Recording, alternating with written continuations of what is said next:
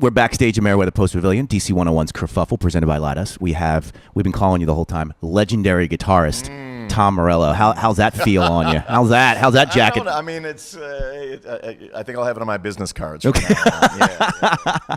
I wanted to, and I want to talk about your guitar playing in a second, but I wanted to start, with no jokes, just a thank you. You posted on social media recently about your experiences growing up as a biracial child. And as a biracial child, it totally resonated with me. And it's an interesting conversation. And I wanted to see if you had any more thoughts on that post. And maybe even go over the post for somebody who may not have read it. It's interesting because I grew up, I was literally the only black kid in an all-white town. Samesies. So, yeah, so it was not unusual. I mean, it was everyone in town knew that I was the black kid. Yep. My hair was different, my skin was different, and so it was when I tried dating, that was different, everything, every element. But then later on, I was in a successful rock and roll band that played music that had a lot of the markers of what's considered like white hard rock and roll music. We appeared in magazines and radio stations that tended to have like sort of white artists. And there's a section of my fan base that whenever I reference being African American, freak the F out. Yes. And it's very strange. So it's like my skin tone hasn't changed, but my color has changed. And that was the thing that really resonated with me was I was the black kid growing up, but now I work at a radio station and play rock music. And so I'm not black enough, or I'm too black, or I'm too white. And it's like, you know what? I was always classified a certain way, and now I'm being classified another way. And it's an interesting conversation of who can speak on race, or who can speak on any of these topics, or rock and roll. Exactly. Rock and roll.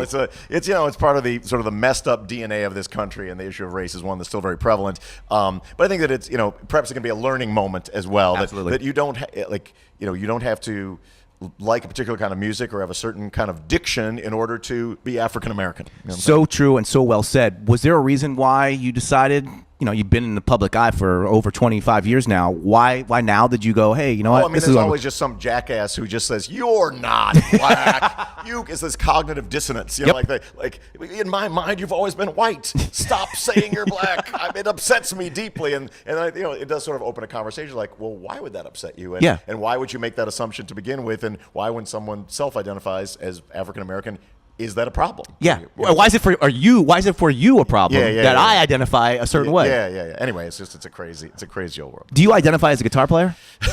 Okay, I just want to make sure I don't want to step on any toes here. In part, like I've always thought that like my strength was more as like a curator than a guitar player. Oh, interesting. You know what I mean? Well put. Like whether it's in a band and trying to help with other musicians to sort of forge the direction, or with the show that I'm doing now, like the guitar playing is a crucial component of it, and kicking ass and shredding is the red meat wheelhouse, of what I do. But that's not just what I do. Like I've got a lot of ideas, and whether you'll see today, like we constructed a show. Sean Evans, who was the artistic director for Roger Waters' last 2 tours, is the artistic director of this show. So it's like, it's more immersive, it's very visual, it's both political, it's also just straight up rock and roll. We want there to be mosh pits in the pit and in your mind. It's interesting you use the word show, because it gives the impression that it's not just we're going up and playing music. Nope. It's an immersive show experience. Yeah, absolutely. I've been in a lot of bands, from Rage to Audioslave, where it's 4 guys standing toe to toe on a stage with one backdrop behind you and go. This is not that. But on the other hand, this show is the show where I've played the most electric guitar and guitar solos of any show I've ever done. Interesting. Too. Yeah. And the reason I asked the question in the first place was, do you ever feel some sort of pressure to shred? Like, do you go, I got some acoustic jams in my back pocket, but I got to shred because I'm Tom Morello? Yeah, no, not really. I mean, I've been very, very confident in sort of following my own North Star when it comes to that stuff. And I did make 4 records in the kind of the folk Americana genre as the Night Watchman, where a lot of my sort of fan base were pissed because there wasn't enough shredding. Yes. Like that's what. But this is me too. That's what I'm going to do. This is what I feel. But today, however, I feel like shredding. Well, that's going to be great. Brace yourself. Do you know what else is happening today? And speaking of what you feel like doing, it's Game of Thrones finale. You are in the news in the rock world. You decided, you know what? I'm taking on that theme song. What was that experience like? Well, and what was it like working with all those different guitarists? With some of the people involved in that. So it was just a real Ramin, who composes the music, the beautiful music for the show. He's been a friend for a while, and Dan Weiss, one of the creators of the show, he and I are actually dads at the same school and like rock dads, and he's metal. And he's a pretty good shredder too. Oh, really? So yeah. Okay. So there was the.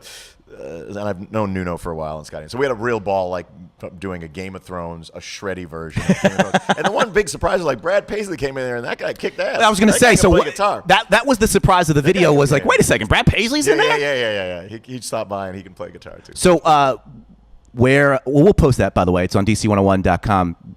What was that experience? Was it fun? It was super fun. I mean, did you have to learn the chords? I did have to, and that is not my forte. Is not sort of learning this kind of like classical music thing. But I spent a little bit of time getting it together, and there's multiple guitar parts. And I said, guys, this is the part I know, so that's the one I'm going to play. I'll take this part. I'll play that one. 'Cause that's the one that I learned last night. So that's happening later tonight because later this afternoon you're going to do, as you said, shred on stage at Merriweather for Very Kerfuffle. much looking forward to it. I've played Merriweather a number of times through the years. Yep. I played at Rage and Wu-Tang, played a very historic show here in '97. I think I played here with Bruce Springsteen in the not too distant past, maybe. And I've played a couple other times as well. So very much looking forward. This venue is a great one. The crowd playing this shed on a hot day is going to be super fun.